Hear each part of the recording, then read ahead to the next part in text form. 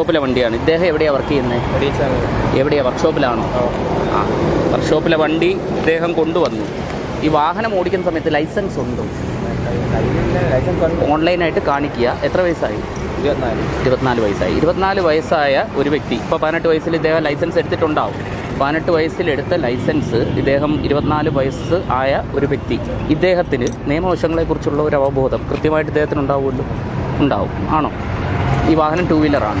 2 wheeler നമ്മുടെ റോഡിലൂടെ നമ്മൾ വാഹനം ഓടിക്കുന്ന സമയത്ത് നമ്മൾ ശ്രദ്ധിക്കേണ്ട ആദ്യത്തെ പ്രധാനപ്പെട്ട കാര്യം എന്താ? വാഹനം ഓടിക്കുന്നതിന് മുന്നേ നമ്മൾ ശ്രദ്ധിക്കേണ്ട പ്രധാനപ്പെട്ട നിയമവശം എന്താണ് എന്ന് പറയാമോ? കേട്ടില്ല. ഇദ്ദേഹത്തിൻ്റെ ഇപ്പോഴത്തെ സ്ഥിതി എന്താ?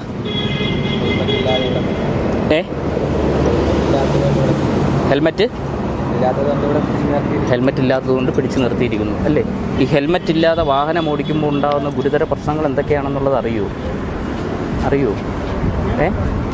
അതാദ്യം മനസ്സിലാക്കുക. നമ്മുടെ ഈ ഹെഡ് ഉണ്ടല്ലോ, തല ഓൾമോസ്റ്റ് സ്പെറിക്കൽ ഷേപ്പാണ്.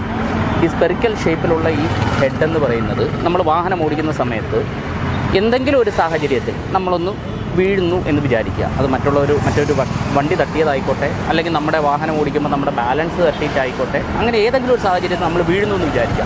നമ്മൾ വീഴുന്ന സമയത്ത് ഏറ്റവും ആദ്യം തറയിൽ തട്ടുന്നത് നമ്മുടെ ഈ ഹെഡായിരിക്കും, തലഭാഗമായിരിക്കും ഏറ്റവും ആദ്യം തട്ടുന്നത്. ഈ തല റോഡിൽ തട്ടുമ്പോൾ തന്നെ കിട്ടുന്ന ഇമ്പാക്റ്റ്, ആഘാതം എന്ന് പറയുന്നത് ഏതെങ്കിലും ഒരു പോയിന്റിൽ മാത്രമായിരിക്കും ആ ഇമ്പാക്റ്റ് ഏൽക്കുന്നത്, ആഘാതം ഏൽക്കുന്നത്. ഒരു പോയിന്റ്. ആ ഒരു പോയിന്റിൽ കിട്ടുന്ന ഇമ്പാക്റ്റ് എന്ന് പറയുന്നത് നമ്മളെ ചിരിക്കാനും ചിന്തിപ്പിക്കാനും കാണാനും പ്രവൃത്തികൾ ചെയ്യാനും ഒക്കെ നമ്മളെ സഹായിക്കുന്ന ശരീരത്തിലെ ഏറ്റവും ഇമ്പോർട്ടൻ്റ് ആയിട്ടുള്ളൊരു പാർട്ടുണ്ട്. ഏതാണെന്നറിയോ പാർട്ട്? നമ്മളെ ചിരിക്കാനും ചിന്തിപ്പിക്കാനും കരയാനും പ്രവൃത്തികൾ ചെയ്യാനും ഒക്കെ നമ്മളെ സഹായിക്കുന്ന നമ്മുടെ ശരീരത്തിലെ ഏറ്റവും പ്രധാനപ്പെട്ട ഒരു ബോഡി പാർട്ട്, ശരീരത്തിലെ അവയവം ഏതാ? അത് തലച്ചോറ്, ബ്രെയിൻ. അതെവിടെയായിരിക്കുന്നു? തലയിൽ. അത് അത്രയും പ്രധാനപ്പെട്ടതായതുകൊണ്ട് തന്നെ ഏറ്റവും ടോപ്പ് മോസ്റ്റ് ലെവലിൽ വെച്ചിട്ടുണ്ട്. അതിനെ പ്രൊട്ടക്റ്റ് ചെയ്തുകൊണ്ട് ഒരു പ്രൊട്ടക്റ്റീവ് ഷീൽഡുണ്ട്, സ്കള്ള് അല്ലേ? നമ്മുടെ തലയിൽ ഏറ്റവും കട്ടിയായിട്ടുള്ള ഒരു ഭാഗം. തറയിൽ മുട്ടുന്ന സമയത്ത് ഏറ്റവും ആദ്യം തട്ടുന്നത് സ്കള്ളിലായിരിക്കും. ഈ സ്കള്ളിൻ്റെ ഉള്ളിൽ ബ്രെയിനിനെ വെച്ചിട്ടുണ്ട്. ഈ ബ്രെയിൻ വന്ന് സ്കള്ളിലിടിക്കും. സ്കള്ളിലിടിക്കുന്ന സമയത്ത് എന്ത് പറ്റും? ബ്രെയിൻ തകർന്നു പോകും. നമ്മുടെ ഈ മെഡിക്കൽ സാങ്കേതിക വിദ്യയൊക്കെ ഇത്രത്തോളം വളർന്നിട്ടും നമ്മുടെ ഈ ബ്രെയിൻ മാറ്റിവെക്കുന്ന ശസ്ത്രക്രിയയൊന്നും ഇതുവരെയും നമുക്ക് വിജയിപ്പിക്കാനായിട്ട് സാധിച്ചിട്ടില്ല. അതുകൊണ്ട് തന്നെയാണ് ബ്രെയിൻ ഡെത്തുകൾ ഒരുപാട് സംഭവിച്ചുകൊണ്ടിരിക്കുന്നത്. ഒരു 60 കിലോമീറ്റർ വേഗതയിൽ നമ്മൾ വാഹനം ഓടിച്ച് പോകുന്ന സമയത്ത് നമ്മൾ ഏതെങ്കിലും ഒരു സാഹചര്യത്തിൽ വീഴാനുള്ള സാഹചര്യം ഉണ്ടായിക്കഴിഞ്ഞാൽ നമ്മൾ മരണപ്പെടാനുള്ള സാഹചര്യമെന്ന് പറയുന്നത് 85%. 15% ഉള്ളൂ നമ്മൾ ജീവിച്ചിരിക്കാനുള്ള സാധ്യത എന്ന് പറയുന്നത്. അപ്പം അത്രത്തോളം വലിയ ഒരു പ്രാധാന്യം കൽപ്പിക്കേണ്ട ഒരു വസ്തുവാണ് ഹെൽമെറ്റ് എന്ന് പറയുന്നത്. ഈ ഹെൽമെറ്റ് വയ്ക്കുമ്പോൾ എന്താ സംഭവിക്കുക? ഹെൽമെറ്റ് വെച്ചാൽ മാത്രം പോരാ, ചിൻ സ്ട്രാപ്പ് കൂടെ ഇടണം. ഈ ചിൻ സ്ട്രാപ്പ് കൂടെ ഇടുമ്പോൾ എന്താ സംഭവിക്കുക? നമ്മൾ തട്ടുന്ന സമയത്ത് ഈ ഹെൽമെറ്റിൽ നല്ല ക്വാളിറ്റിയുള്ള ISI മാർക്കുള്ള ഹെൽമെറ്റ് ആണെന്നുണ്ടെങ്കിൽ അതിൽ EPS ഫോം എന്ന് പറയുന്ന ഒരു ഫോമുണ്ട്, എക്സ്പാൻഡഡ് പോളിസ്റ്റൈറീൻ ഫോം എന്ന് പറയുന്ന ഫോം. ഈ ഫോം ചെയ്യുന്നത് നമുക്ക് കിട്ടുന്ന ഇമ്പാക്റ്റ്, ഇപ്പോൾ തലയിൽ ഇടിച്ചു എന്ന് വിചാരിക്കുക, ഹെൽമെറ്റ് വെച്ചിട്ടാണ് ഇടി കിട്ടുന്നതെന്നുണ്ടെങ്കിൽ ഈ ഏൽക്കുന്ന ഇമ്പാക്റ്റ് എന്ന് പറയുന്നത് എല്ലാ ഭാഗത്തേക്കും ഈക്വലി ഡിസിപ്പേറ്റ് ചെയ്ത് വിടും. അപ്പോൾ തട്ടുമ്പോൾ കിട്ടുന്ന ആഘാതം എന്ന് പറയുന്നത് ഒരു പോയിന്റിൽ മാത്രം നിൽക്കാതെ എല്ലാ ഭാഗത്തേക്കും ഈക്വലായിട്ട് അതെന്ത് ചെയ്യും? വിഘടിക്കും. അപ്പോൾ കിട്ടുന്ന ഇമ്പാക്റ്റ് എന്ന് പറയുന്നത് എന്തായിരിക്കും? കുറവായിരിക്കും. മനസ്സിലായോ? ഇതൊന്നും നമ്മൾ ലേണേഴ്സ് എടുക്കുന്ന സമയത്ത് ഒന്നും നമ്മൾ മനസ്സിലാക്കുന്നില്ല. പഠിക്കേണ്ട കാര്യമാണ്, പക്ഷെ നമ്മൾ എന്ത് ചെയ്യില്ല, മനസ്സിലാക്കാതെ പോകുന്നു. നമ്മൾ 2 വീലർ ഓടിക്കുന്ന സമയത്ത് ഹെൽമെറ്റ് ധരിക്കണം എന്ന ഒരു കാര്യം മാത്രം നമ്മൾ എന്ത് ചെയ്ത് പോകുന്നു? മനസ്സിലാക്കിക്കൊണ്ട് പോകുന്നു. അത് എന്തിന് എന്നുള്ള ഒരു കാര്യം നമ്മൾ മനസ്സിലാക്കിയാലേ അതിൻ്റെ പ്രാധാന്യത്തെ നമ്മൾ എന്ത് ചെയ്യാൻ പറ്റുള്ളൂ? മനസ്സിലാക്കാൻ പറ്റുള്ളൂ. അതാദ്യം മനസ്സിലാക്കുക കേട്ടോ. ഇനി മേലിൽ ഹെൽമെറ്റ് ഇല്ലാതെ വാഹനം ഓടിക്കാൻ തയ്യാറാവരുത്.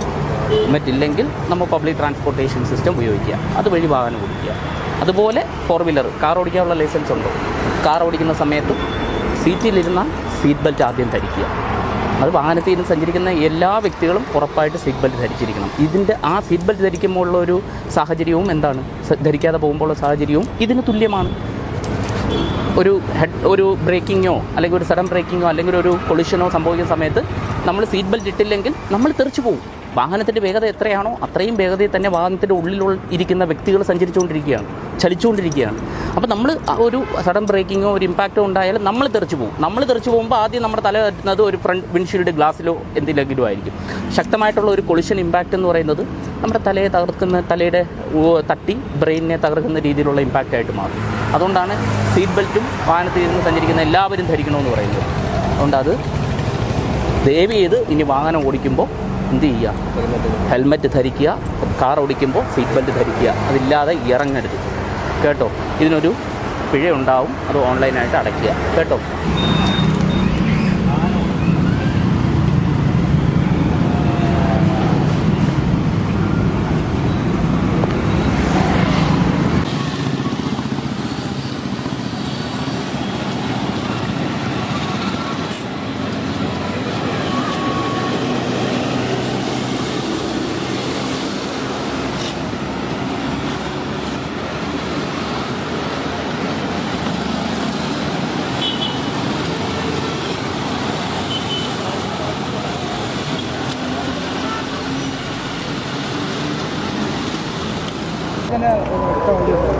പിന്നെ ഈ 167 എന്ന് പറയുന്നത് ഒന്നുമല്ല. 400 ഒരു കണക്കിൽ ഒരു സെക്കൻഡ് കൊണ്ട് 60 കിലോമീറ്റർ വേഗത വരുന്ന വണ്ടി 17 മീറ്റർ പോകും ഒരു സെക്കൻഡിൽ.